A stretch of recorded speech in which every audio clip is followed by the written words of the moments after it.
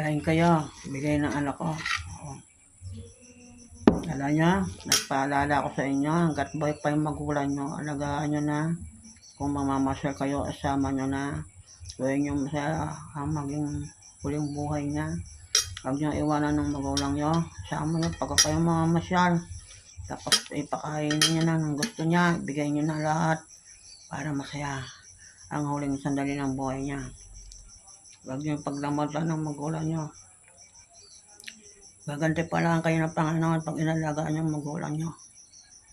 Hindi nyo sinasama, hindi binibigay ang gusto. Ganun lang yan. Hanggat buhay pa magulang nyo, alagaan nyo. Iparamdam nyo ang inyong pagmamahal para masaya ang mga huling buhay niya. Hindi yung kung kailang nailibing na sa kanya. Saka kayo masisisi. Dapat ginawa ko yung kinanay noon pa, ganon. Kaya habang buhay pa magulang nyo, pagsilbihan nyo na, ibigay nyo na yung gusto. Ipasyal nyo hanggat kaya nyo pa. Para maging masaya ang huling buhay ng magulang nyo, hindi kayo magsisisi.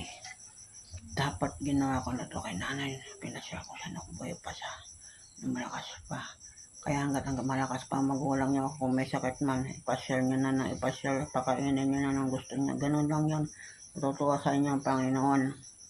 Kaya, ganito lang ang paalala ko sa inyo. Hanggat buhay pa magulang nyo, alagaan nyo, ibigay nyo ang gusto, pakainin nyo ng masustansya, ipasyal, ganon. Ganito na lang, sana maintindihan nyo. Malungkot ang may sakit, nahirap may sakit, hindi na makagalaw, hindi makagala. Kaya ipasyon niya magulang niya habang may buhay pa. Nakagalaw pa, pakainin niya ng gusto niya, ganon. Bye-bye, ingat kayo lagi.